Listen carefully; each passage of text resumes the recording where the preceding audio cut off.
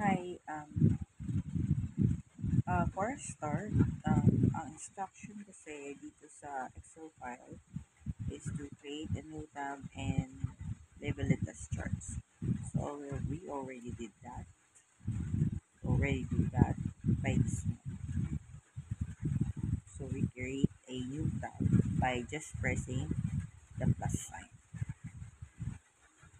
The next instruction is using the data in the raw tab or raw data tab, create a line chart.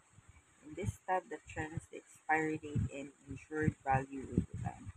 Now, for us to do a line chart, what we're going to do is to check in the raw data, which is this one.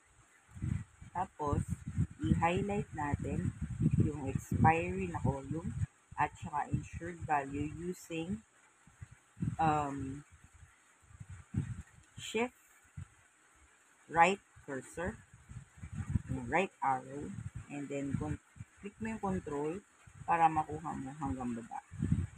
Then after that, go to insert, then click the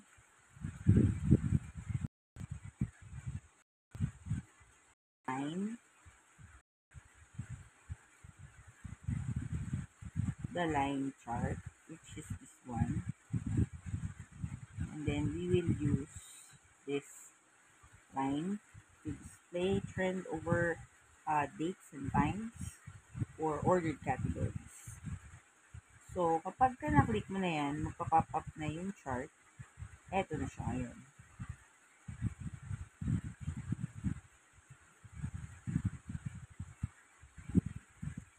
Eto na ang ating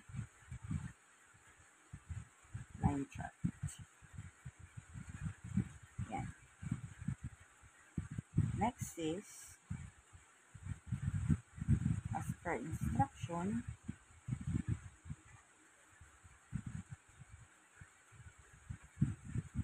using the data in the raw tab, again, the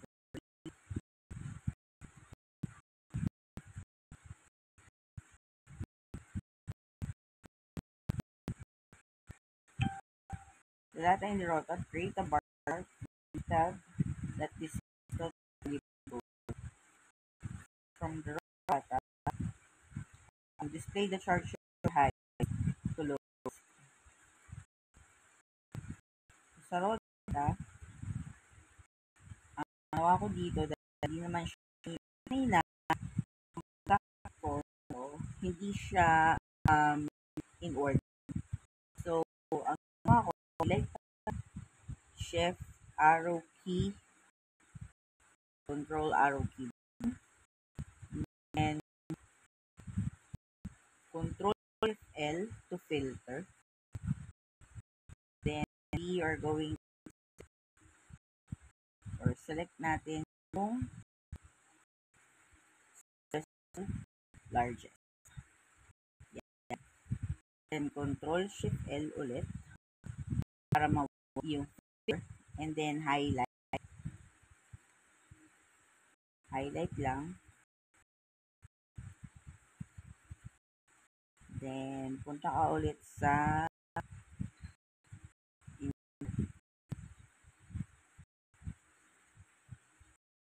mouse. Yung insert. Then, yung bar chart. So, siya nga. Ah,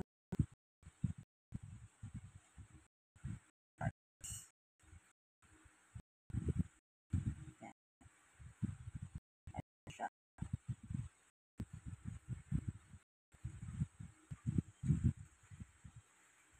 Next is pivot table. Create a pivot table in a new sheet from the table in the raw data tab.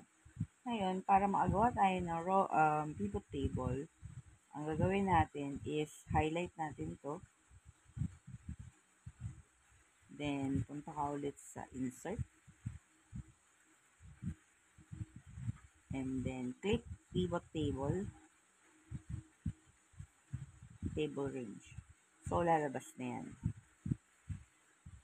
So, dahil meron na tayong existing, ang gagawin natin dito is cancel. Punta tayo sa sheet 1. Eto na siya. So, para malaman natin kung ano yung hinahanap dun sa pivot table na ipapakita, balik tayo.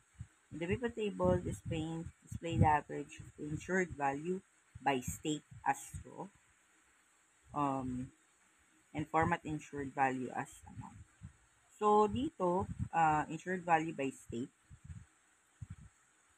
kulang. Lagyan natin yung state. Lagyan natin siya dito ito. Yan.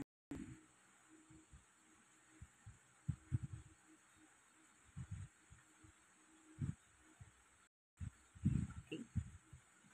So, ayan yung value niyan. And then, dahil ito, pwede natin siyang ilagay sa value. Add values. Yun. So, edit natin. Page.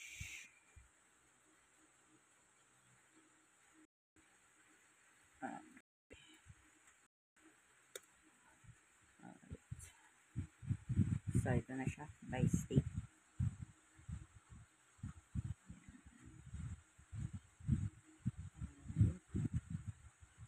Next is formula tab. Use lookup formula tab. Respond value for business. The raw data table based on the number and populate this in column. Number 7, the formula tab, to create formula. To sum all the insured values are associated with and why. So, tab, dahil may policy palagay or policy number ang hinahanap ng business type, whether part office building or whatsoever, we're going to use up function. So, para makuha mo yun,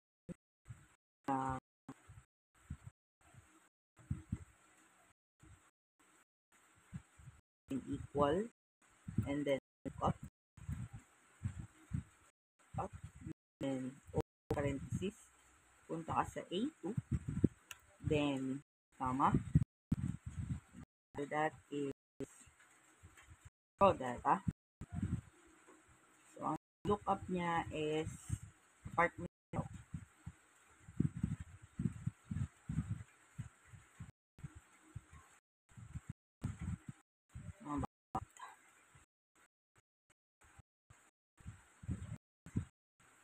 So, dito, kinuha ko is A2, which is policy.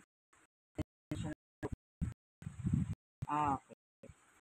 So, sa lookup, hanapin natin sa yung lookup ba, sa main, sa column na pwedeng mahanap yung ganitong pattern, which is A, column A. So, A2, colon A500, since ano 500 siya. Then, comma. So, anong gusto natin mahanap doon?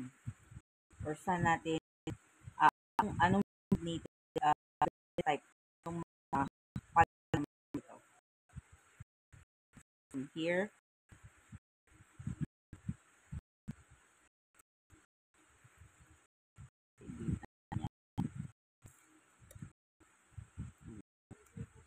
look up,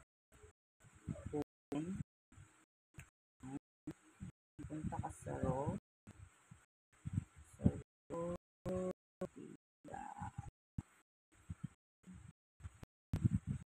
pick A, column A,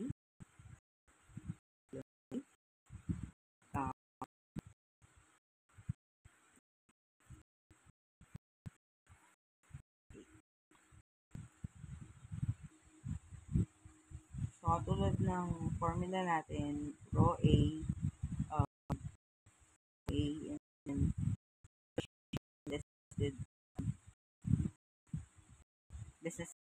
ng policy number. Okay. So, naman, sa instruction use sum if. Ang gamit ko is if, pwedeng sum if lang dahil ang gamit natin total insured value ng mga associated sa NY. So, para makuha yung sum ifs or yung sum ng lahat ng associated sa NY, sum range, ang ibig sabihin ng sum range is ito, may na is column B. Then, next is